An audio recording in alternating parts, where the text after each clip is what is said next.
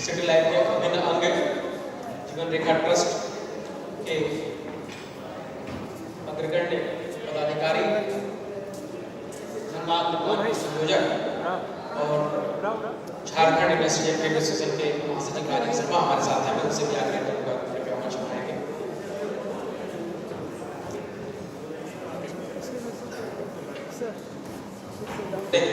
स्वास्थ्य और शिक्षा को लेकर के भी कार्य कर रहे हैं। झरिया कोलफील्ड बचाओ समिति के भी अध्यक्ष हैं, इसलिए झरिया के विस्थापन से भी लगातार उस क्षेत्र में कार्य कर रहे हैं।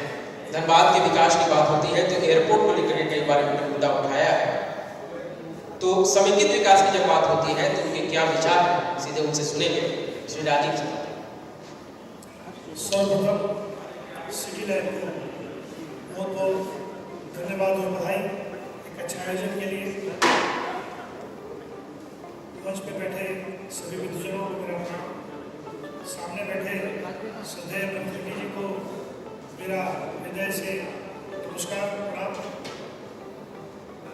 आज इस कार्यक्रम में जब बात हो रही है धनबाद के चौमुखी विकास की, तो हम लोग आज के दिन दो तरह के विकास की परिकल्पना करते हैं। एक वो क्षेत्र जहाँ ग्रामीण क्षेत्रों के विकास की बात आती है, दूसरा शहरी क्षेत्रों के विकास की बात। धनबाद मूलतः शहरी क्षेत्र में आता है। यहाँ की लगभग 65% से अधिक आबादी शहरी या अर्ध शहरी है, जिससे बाकी जिलों के मुकाबले धनबाद में विकास की जो संभावना है वो अधिक है, लेकिन चुनौतियाँ उससे कहीं बड़ी हैं। आज जो विकास अपने परवान पे नहीं चल रहा है उसका एक बड़ा कारण ये है कि धनबाद में जो आधारभूत संरचना होनी चाहिए उसका हमेशा से अभाव रहा है। अगर हम बात करें नागरिक सुविधाओं की तो 4 बात आती है कि सड़क, पानी, बिजली, सुरक्षा। हम अपने आप को कहाँ पाते हैं, उसमें किस लेवल पे काम होना चाहिए। अब जब सड़कें बने तो पता चलता है कि ड्रेनेज सिस्टम नहीं बन रहा है। पानी की जब सुविधा की बात आती है, मैथन 50 किलोमीटर दूर से पानी आता है लेकिन उसका प्रॉपर डिस्ट्रीब्यूशन नहीं। बिजली की बात है तो हम पूरी तरह से आश्रित डीवीसी पे हैं। डीवीसी जब चाहे बिजली काट देती। कहने का मतलब है कि यहाँ पर कोयला है, मैथन पावर लिमिटेड जैसे बड़े संस्थान भी है, लेकिन उससे धनबाद को लाभ नहीं मिला। तो धनबाद को लाभ मिले इसके लिए प्रयास होना चाहिए। यहाँ का रेल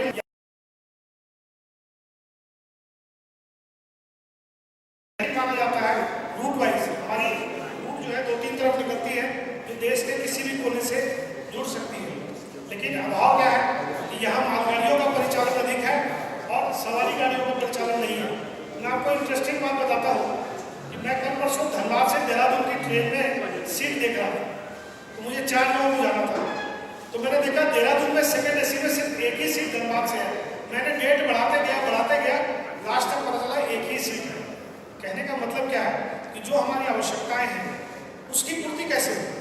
हम लोग इन छोटी छोटी चीज़ों पे बोलना छोड़ चुके हैं कि धनबाद से सिर्फ ट्रेन की बात होती है, धनबाद से ट्रेन की सीट की और कोटा की बात नहीं। धनबाद से जब भी बात होती है तो राजधानी 3 जाती है, लेकिन उसमें धनबाद की सीटें कितनी है। धनबाद में जो इमरजेंसी कोटा पहले होता था उसमें 75% तक की कटौती हो चुकी है, लेकिन कोई बोलने वाला नहीं है। LAP जो धनबाद से जाती है आज के दिन गौर कीजिए, उसमें 200-300 मीटिंग जाती है, फुल ट्रैक चलाने की बात आती है, एक्स्ट्रा ट्रेन चलाने की बात आती है, लेकिन वो वही के वही। तो विषय हम लोग के जो है वो चहुमुखी विकास की ओर तभी जाएंगे जब हम लोग इस तरह से बात करेंगे। दूसरा जो मेरा सब्जेक्ट है कि धनबाद का विकास के अंदर एक रुकावट है बड़ी। झरिया कोलफील्ड धनबाद की 10 लाख की आबादी को कैटर करता है। झरिया कोलफील्ड जिस क्षेत्र को कहते हैं जो माइनिंग एरिया है, वहाँ लगभग 10 लाख की आबादी निवास करती है और ये 10 लाख की आबादी बगैर किसी नागरिक सुविधाओं के रह रही है। और इस क्षेत्र में उन लोगों को न्यूनतम सुविधा छोड़िए, इन लोगों को धूल, गर्दा और अन्य परेशानियां जिसमें भूदशा के कारण होने वाली मौतें हो या अन्य कारण हो, तो रोजगार जो है पूरी तरह से वो माइनिंग सेक्टर पे कोयले से डिपेंडेंट है। और धनबाद में बाकी जो सेक्टर्स बचे हुए हैं वहाँ रोजगार के लिए लोग नहीं मिलते हैं, और जहाँ माइनिंग सेक्टर में रोज दुर्घटनाएं हो रही है वहाँ लोग मजबूरी बस रह रहे हैं कि उनको रोजगार मिले। कहने का मतलब है कि सरकार को चाहिए कि बड़े लेवल पे इन आबादी को डिस्प्लेस करें या उनको सुरक्षित करें, तभी एक बेहतर रास्ता बन सकता है। धनबाद एक जैसे चंडीगढ़ जैसे शहर की बात आती है कि 10 लाख की आबादी अगर है तो चंडीगढ़ जैसा शहर बसे, अगर एक 10 लाख की आबादी का नहीं बस पाए तो 2.5-3 लाख के 3-4 शहर बस जाए, कोई न्यू झरिया बच जाए, कोई न्यू कतरास बच जाए। इस तरह से कुछ नए सेक्टर्स को अगर सरकार प्रयास करेगी, और इसमें यहाँ के सामाजिक कार्यकर्ताओं को सोचना पड़ेगा सभी को मिलकर कि कैसे ये कार्य सुचारू रूप से हो। जब धनबाद के विस्थापन की बात होती है तो सरकार नई पॉलिसी लेके आती है। आप गौर कीजिए कि जब सड़क चौड़ीकरण होता है तो हमेशा एक पॉलिसी की बात आती है, LAR 2013 लैंड एक्विजिशन एक्ट के अंदर जो धारा है 2013 की एक्ट है, उसमें जमीन का मूल्य दुगना और 4 गुना ग्रामीण क्षेत्र में दिया था। लेकिन जब कभी माइनिंग एरिया की बात आती है तब यहाँ पे अलग से पॉलिसी डेवलप कर दी जाती है जो यहाँ के लोगों को नहीं उपयुक्त लगती है, जिसके कारण आज तक यहाँ से विस्थापन प्रॉपर तरीके से नहीं हुआ। मजबूरी बस वही बात है, उनके घर धस रहे हैं। आपने महसूस किया होगा कुछ दिन पहले, परसों या तरसों की बात है, मड रेन का एक चर्चा आया था धनबाद में कि ये धूल गर्दा की बारिश हुई। वो क्या था, एक सीन धस गई पूरी की पूरी और वो धूल गर्दा जो उड़ा और उसके बाद सुबह सुबह जो बारिश हुई सारी गाड़ियों पे धूल गर्दा इस तरीके से बैठा हुआ था, लगा जैसे बारिश में मतलब बारिश जो हुई है वो धूल गर्दे की हुई है। और ये पूरे बैकपुर से झरिया से सब जगह हुआ। कहने का मतलब है कि चहुमुखी विकास। अंत में एक बात आती है इंडस्ट्रियलाइजेशन। देखिए इंडस्ट्रियलाइजेशन किसी भी राज्य का विकास का सबसे बड़ा पैमाना आज के दिन हो चुका है। अगर खेतिहर जमीन उपलब्ध नहीं हो, खेती के लायक माहौल नहीं हो, धनबाद उसमें उपयुक्त जगह है।